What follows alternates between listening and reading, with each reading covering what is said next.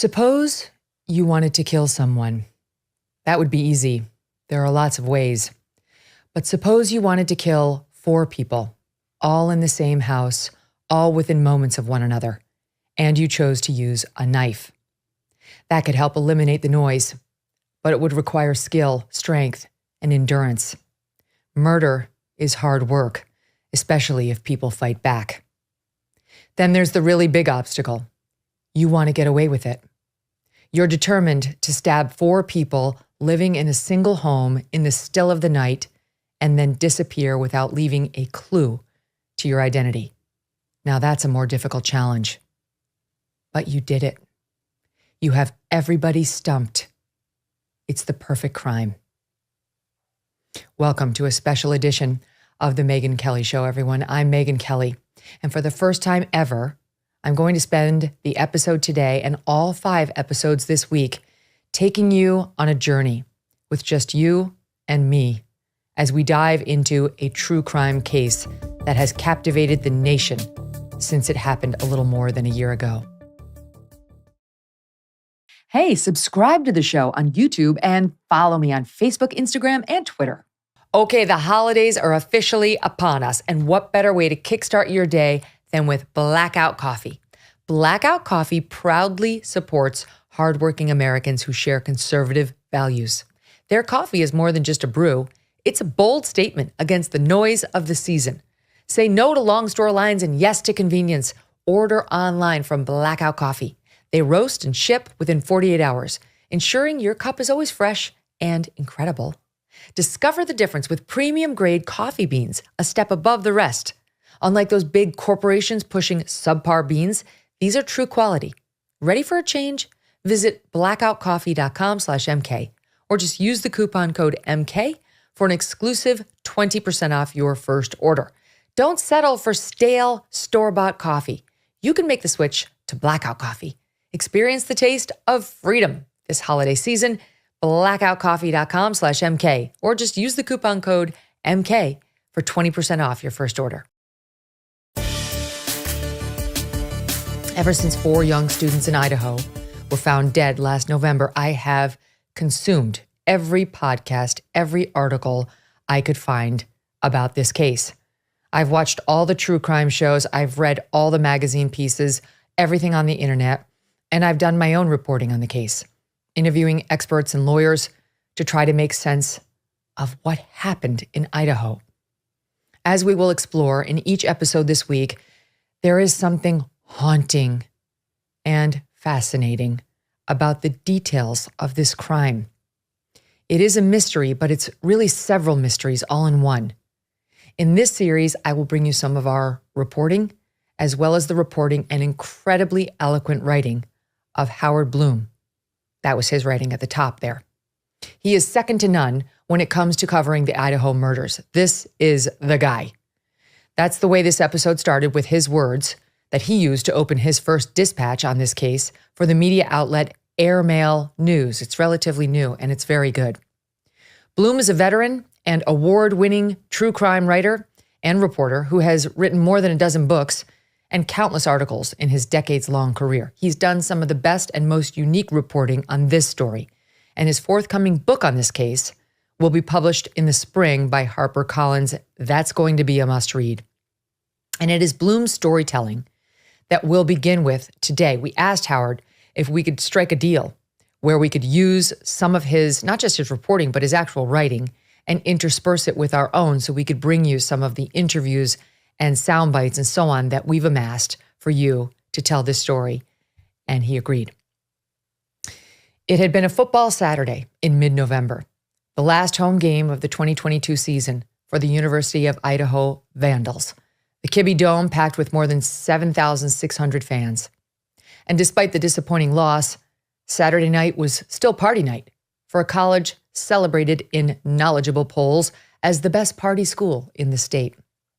The stately row of wet frats, as they're known on the U of Idaho campus, twisting along Nez Perce Drive, was crowded with the brothers and their dates. High-spirited assemblies fueled by blaring music, prospects of mischief, and rivers of alcohol. Downtown Main Street was hopping too. The pool tables at Mingles and the metal-sheathed bar at the Corner Club were shoulder to shoulder with students and townies, filling the brisk autumn night with the keen of cheery, rowdy, late-night fun. And then in the heavy quiet of the new Sunday morning, 4 young corpses, all students, all friends, were found hacked to death in their beds in a pale, clapboard house, little more than a stone's throw away from the heart of the university campus. There was so much blood, it had seeped through the wooden floors and run down the building's gray concrete foundation in jagged, red rivulets. But before we get to that Sunday morning, we need to look back. We need to talk about the 6 young students who were in the house that night and what brought them there. 2 of the 6 went way back. Maddie Mogan and Kaylee Gonsalves met in 2013 in the 6th grade and became inseparable. They grew up in the tourist town of Coeur d'Alene, Idaho, best friends for years. Listen to their parents talk about each of them. Kaylee was the one that was going to shake the world. I've yet to come across somebody who has had anything negative to say, which people think, oh, no one will tell you that. But, I mean, I got siblings, and they'll tell, stories about their brother or their sister. They're not going to hold back. So I think she found a way to live in a big family and learned, the right ways to get along with people. And that showed later on in her life when she was able to go to college and meet all these people. Maddie Mae Mogan, yes. She was the sweetest, smart, loving. She was the best. She never caused me one day of stress in my life. She was the best child I could have asked for. And we miss her so much. The night of November 12th, Maddie and Kaylee went out together in Moscow to the Corner Club bar. More on that in a minute. Ethan Chapin was in the house that night. He was a triplet. He and his brother Hunter and sister Maisie all attended the University of Idaho.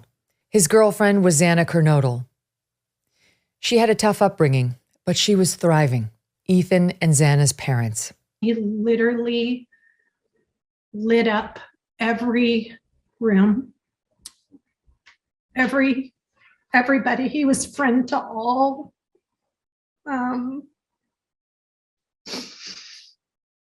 He was an incredible human. Xana was tough. She was strong. She was funny. She just couldn't make you smile no matter what. And she just had a quirkiness about her that not a lot of people possess, that kind of talent to be able to light up a room like she did. On the night of November 12th, 2022, Ethan and Xana went to a party at Ethan's fraternity, Theta Chi. One of Xana's roommates, Bethany Funk, was at Theta Chi that night as well. But by 1:45 a.m. on the morning of November 13th, all 5 roommates, including the 5th, a young woman named Dylan Mortensen, were home in the house on 1122 King Road, along with Xana's boyfriend, Ethan Chapin. Xana received a DoorDash delivery order at approximately 4 a.m. And shortly after 4 a.m., reports are that all of the roommates were either asleep or at least in their respective rooms. The roommates were close, active on social media, Pinterest, Instagram, TikTok. We see how close they were in the social media posts they made, like this one. God, it smells like dirty dick in here. Murphy, you've been a bad boy. Oh my God, it's 9:10. Guys, can anybody drop me to class? I'm fucking late for my meeting. I'm supposed to be there 10 minutes ago. Did anybody do their chores today? Fuck, I'm just gonna do it.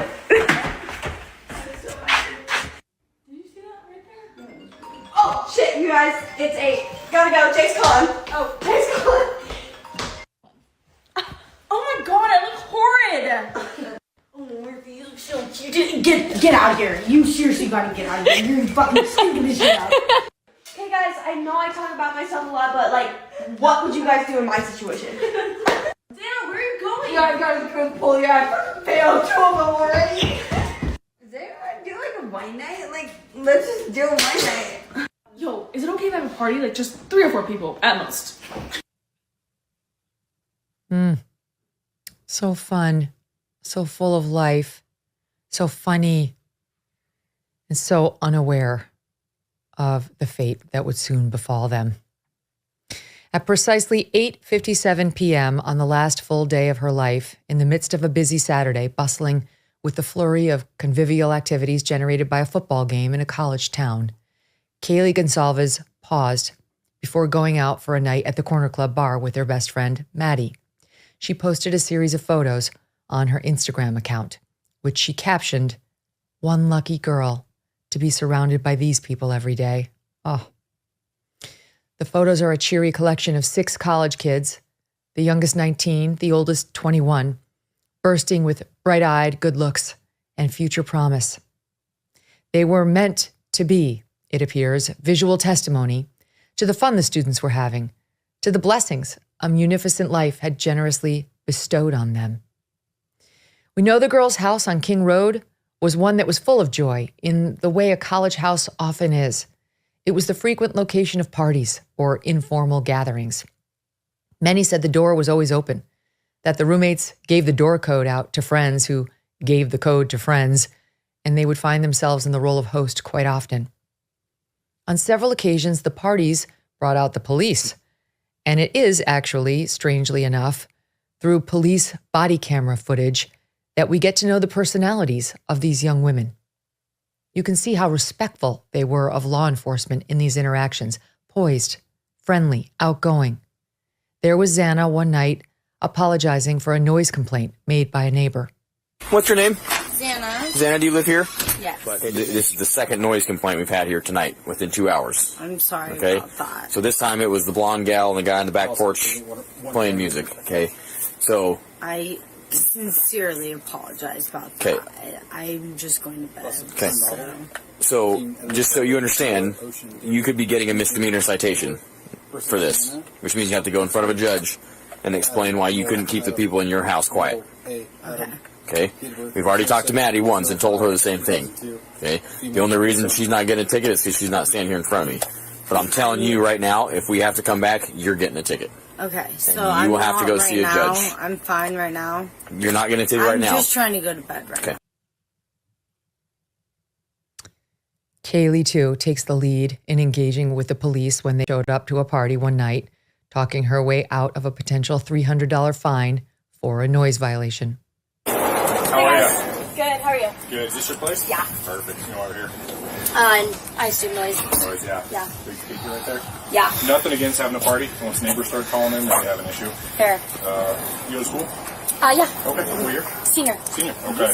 So I'll tell you the same thing I told them. You probably know the drill, right? Actually, no. Oh, okay. So usually, at least for me, I'll give you a verbal warning. Okay. Once I have neighbors calling in, your music's too loud, you're disturbing the peace. Yeah. Nothing against having parties, nothing against having people over who are overage to drink. But again, once we start disturbing the neighbors, then we've got an issue. Yeah. Noise ticket is up to $300. Yeah, somewhere around 300, $400 It's a bucks. pretty expensive ticket. I don't want to give that to you. That being said, this is your place, so I'm going to hold you responsible. I'd much rather you spend that $300 on beer or something fun than Yeah, a noise yeah. ticket, right? Yeah, thank you. I appreciate it. Yeah. That being said, warnings. Don't do it again. Yep. I'd hate to come back in a few hours and then have the issue. So, Yeah. any questions for me? No. All right. Have a great rest of your day. Take care.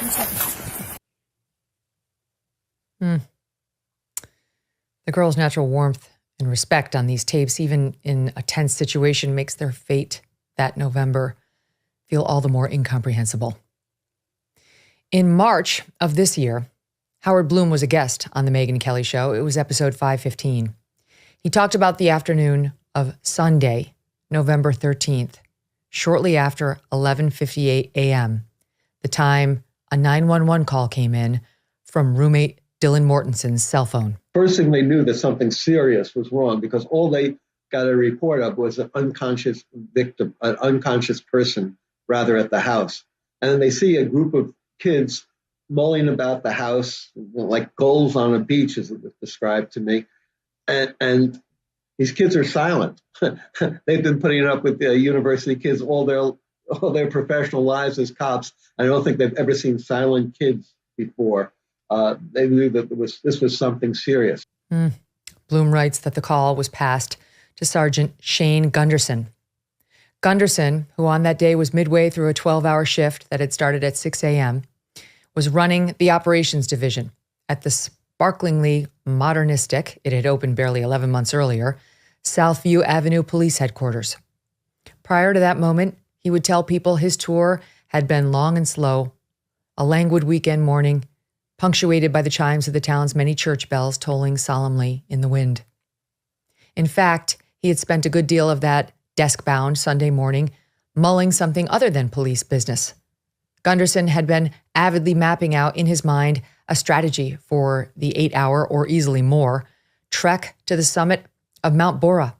He and a friend from the University of Idaho Psych Department had been planning for the spring.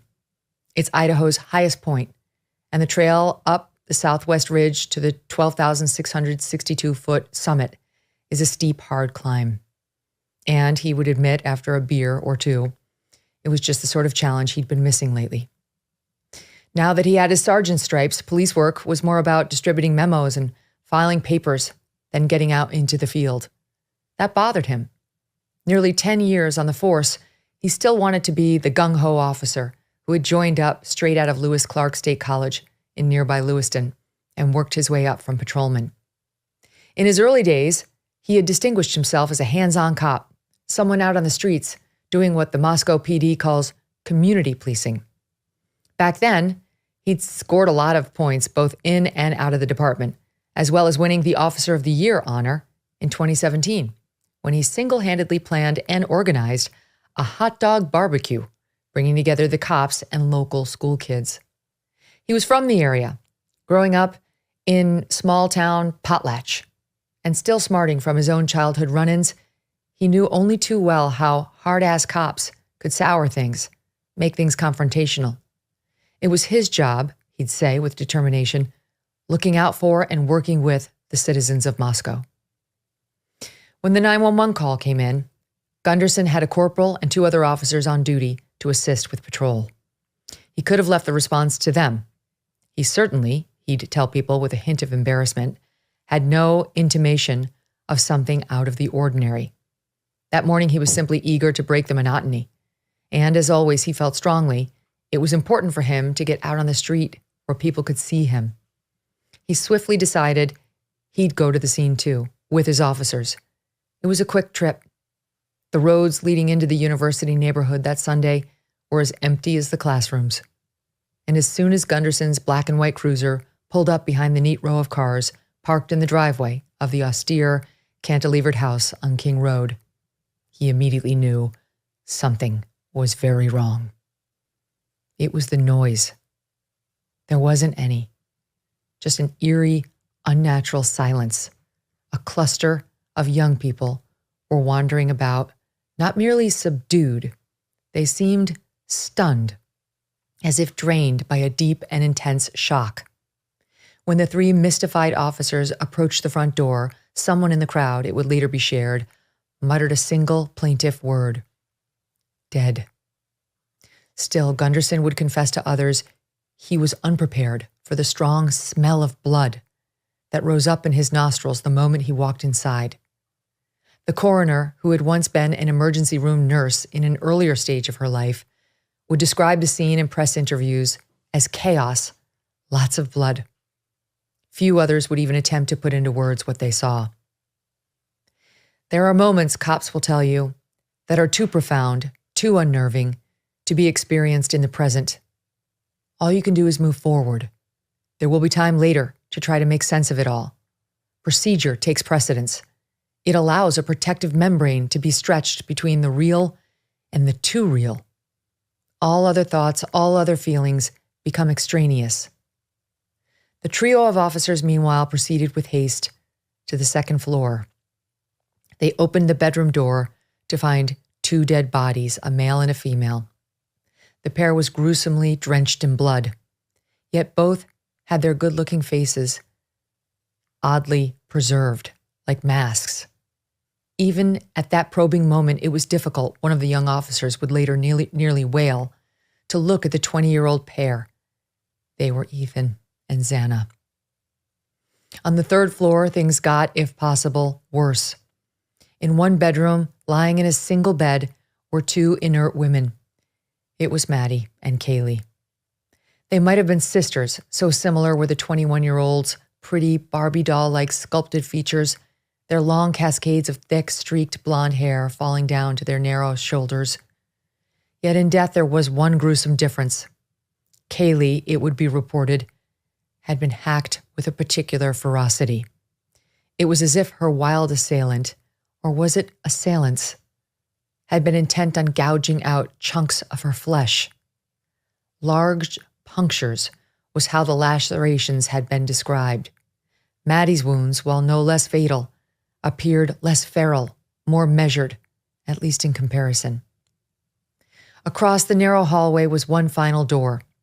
The officers pulled it open, and at last, they discovered a sign of life, a fluffy caramel-colored dog. It was Murphy, Kaylee's frisky labradoodle. He was unharmed, not marred by even a speck of blood.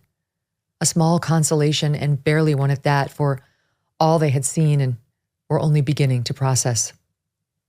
Later that day, around 4 p.m., a police officer named Brett Payne arrived at the scene.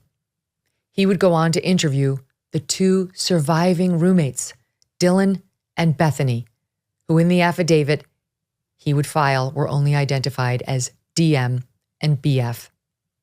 Here is, directly from the affidavit, what he learned from his interviews with both Dylan and Bethany, although it appeared Bethany had slept through the commotion on floors above her first floor bedroom. DM and BF, quoting here from the affidavit, both made statements during interviews that indicated the occupants of the King Road residence were at home by 2 a.m. and asleep, or at least in their rooms, by approximately 4 a.m., he wrote.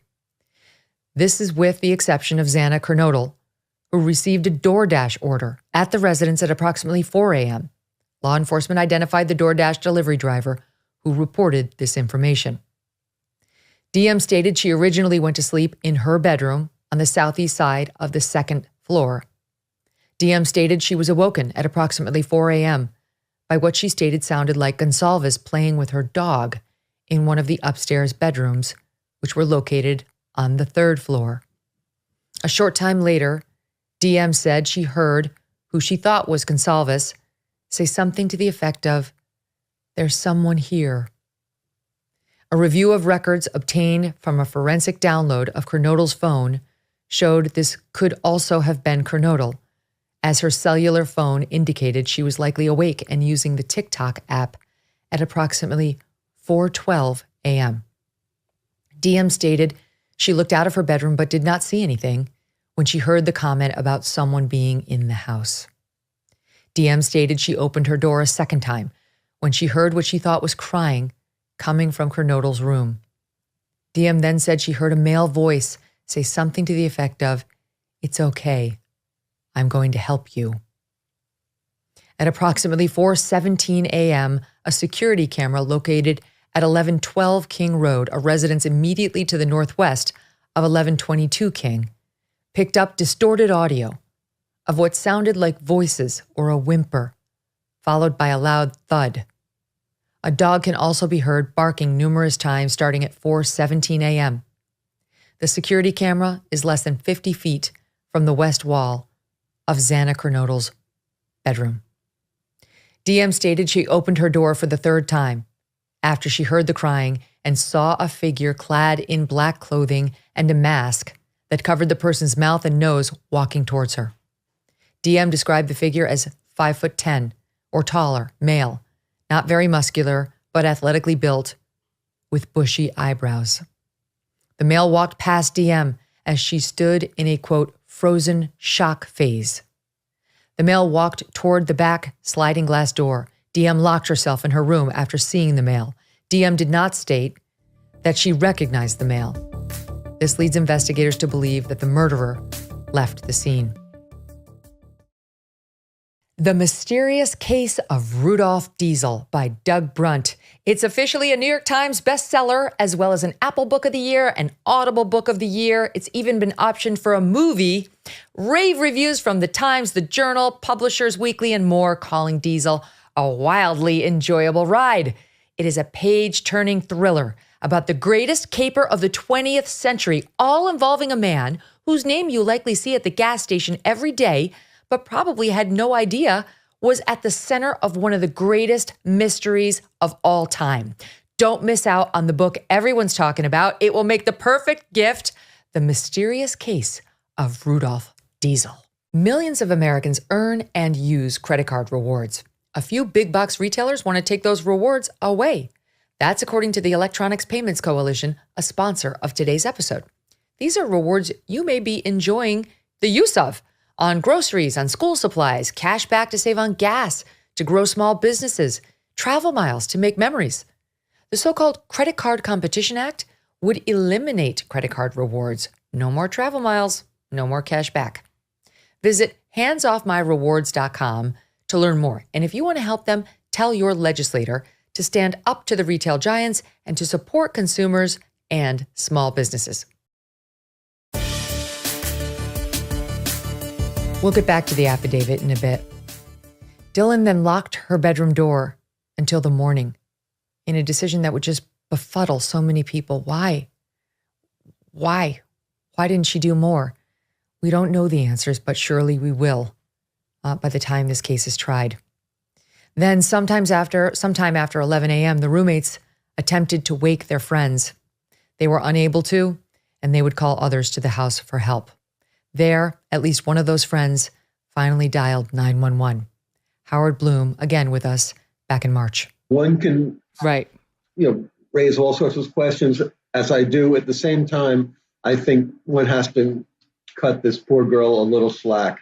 In many ways, she's a victim too. She will live with this for her entire life. She saw something incredible, astonishing, and she just perhaps couldn't deal with it. Back to Sergeant Gunderson. He quickly called his boss, Captain Roger Lanier, the head of the 24-officer operations division. He found him, not unexpectedly for a Sunday, sitting down to lunch with his family. Lanier was a veteran cop. He had spent more than 20 years on the force in nearby Lewiston before having been lured 6 years earlier to Moscow with a captain's rank. After all his years on the job, he'd become a steady, avuncular presence, a bald-headed, genial cop who never got flustered because, as he would tell people, he had seen it all in his day. But Gunderson's report left him unnerved. It took me a second, he recalled, a sharp edge, even weeks later, to the memory. I really had to think about what I'd just heard. 4 murders in Moscow, Idaho, was so out of character. At the time, they were fairly certain it was college students and it was near the campus, and that area is kind of a campus community. So once I got over the initial shock, I knew that I was coming to the station. So I drove in, and everybody just kind of fell into a role. That was an all-hands-on-deck moment Sunday afternoon. It became fairly apparent when I got to the scene that we were going to need resources outside of just what the Moscow Police Department could provide. But quickly, Lanier's professionalism took control. He had 1,000 questions, and yet he knew the only hope of finding answers would be to follow the previously established protocols. Dutifully, he gave the orders to set up the perimeters of the crime scene, to bring in the forensic team, and to summon the coroner. It was standard in a major case, and if 4 homicides was not a major case, what was? To alert the Idaho State Police, and he did that too. Moscow was the responsibility of the state's District 2 Detective Office in Lewiston, the county seat, and where he'd been on the job for 2 decades, and he knew many of the state detectives. There was a companionship. Still, it was a difficult conversation, but his next call was harder. The university had to be informed. It was not just that 4 students had been brutally murdered in an off-campus home, but there was no way of knowing whether the killer or killers planned to strike again. The students needed to be warned. At 2:07 p.m., a little over 2 hours after the 3 cops had entered the blood-soaked house, the University Office of Public Safety and Security sent a vandal alert email to the students and faculty. Quote, Moscow PD investigating a homicide on King Road near campus. Suspect is not known at this time. Stay away from the area and shelter in place, end quote. A shelter in place order requires people to take refuge in a room with no or few windows. At this point, busy hours had already quickly flown by, but despite his marathon of activities, Lanier still had not succeeded in completing one task that was at the top of his mental list. He had not been able to speak with his boss, James Fry, the chief of police. By the time Lanier had finally reached him, it was hours after the discovery of the bodies. And by the time Fry finally entered the home on King Road, it was dark outside, according to several accounts, close to 6 p.m. For some abstruse reason, he had thought it was important to go home first and change into his chief's uniform. Perhaps he hadn't fully grasped the magnitude of the disaster. Or maybe, after nearly 28 years as a Moscow cop, he had felt the imprimatur of his uniform was integral to his ability to command. But what he saw that evening left him, he would confide to a friend later, physically and emotionally drained.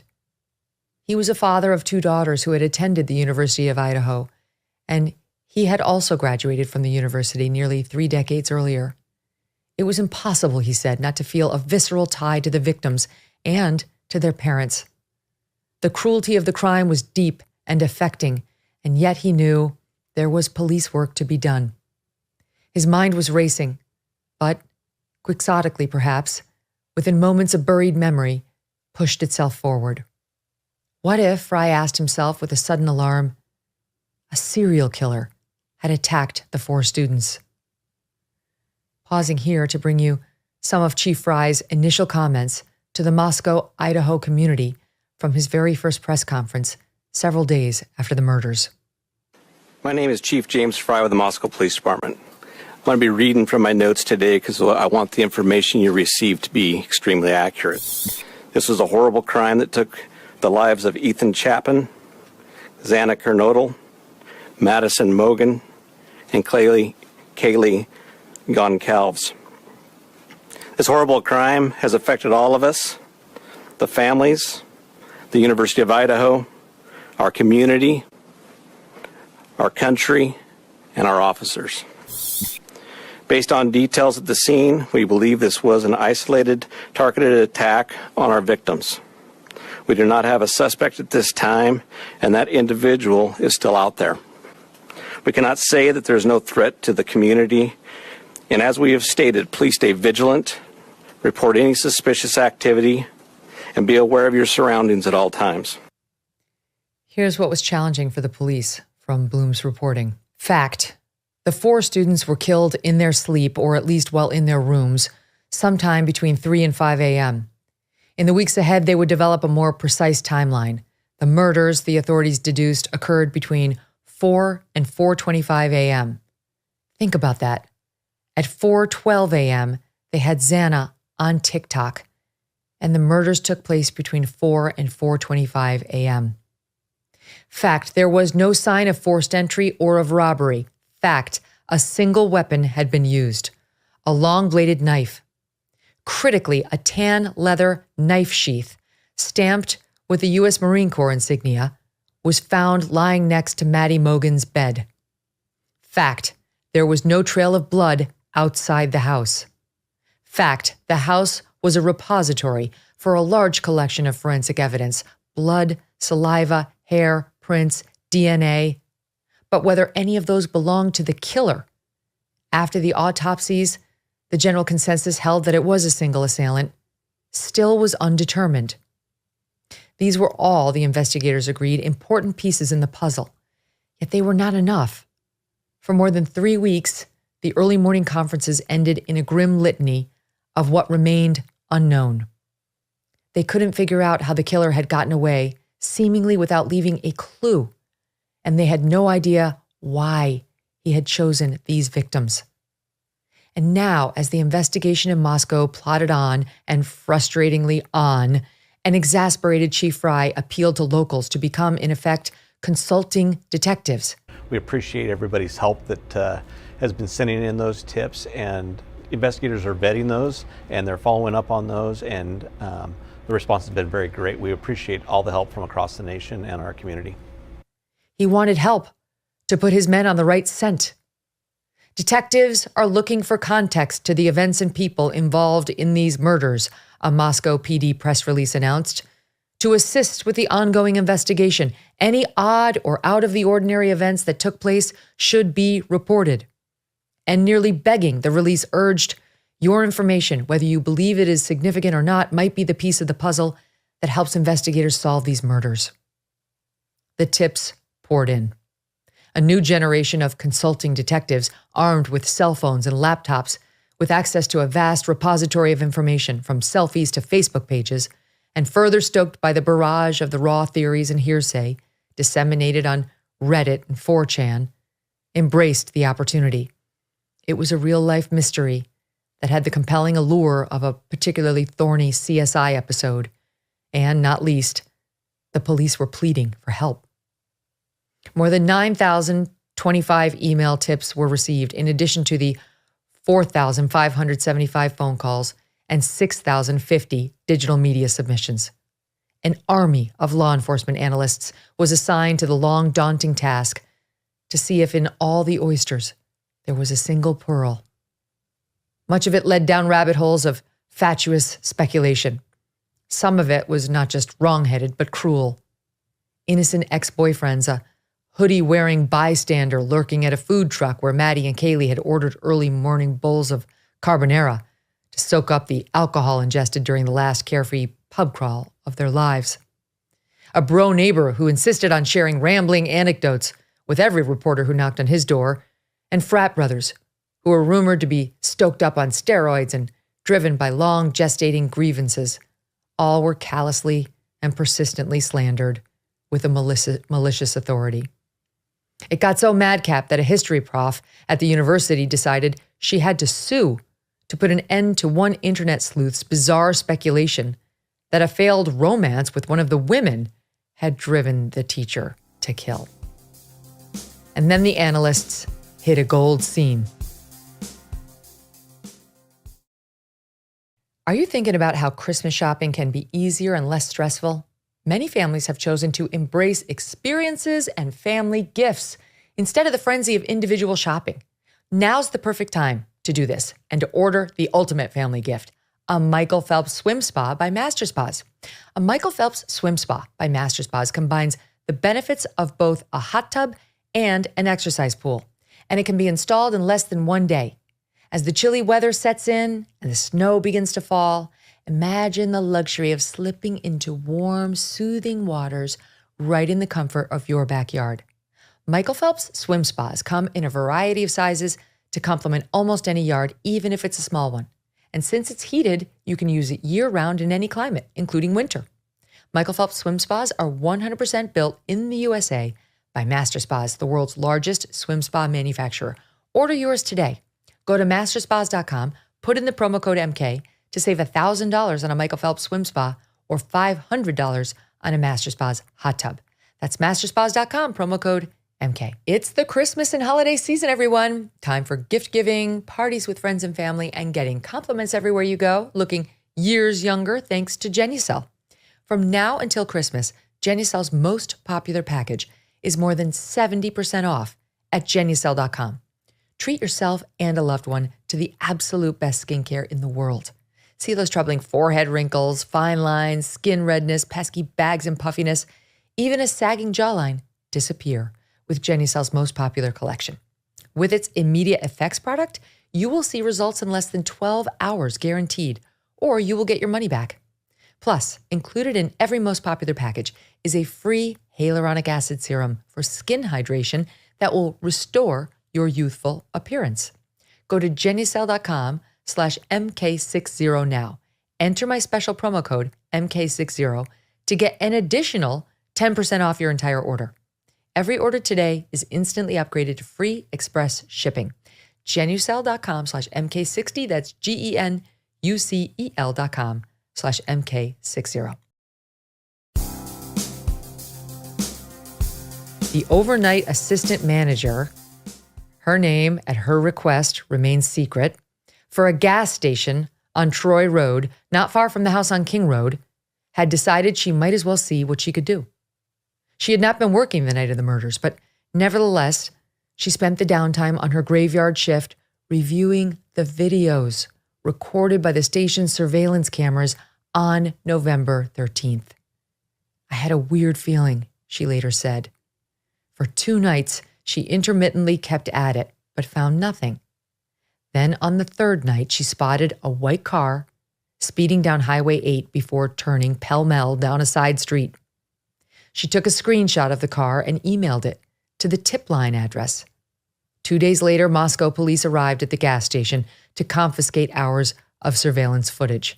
And after just a quick view, they began to feel the hunt was on. Encouraged, they reached out on a hunch to Kane Franzich, recently retired and now investing in real estate, was a freewheeling guy who shares on his website that he listens to classic vinyl while drinking single malt scotch. He also owned a 6-unit rental complex on Linda Lane, about 0.3 of a mile from where the bodies had been found, with a surveillance camera fixed to the roof. I downloaded it and gave them access to everything from 2 a.m. through noon on Sunday the 13th, he said. Once those tapes were reviewed, the same telltale white car was spotted. And again, it appeared to be making a breakneck getaway through the dark AM streets.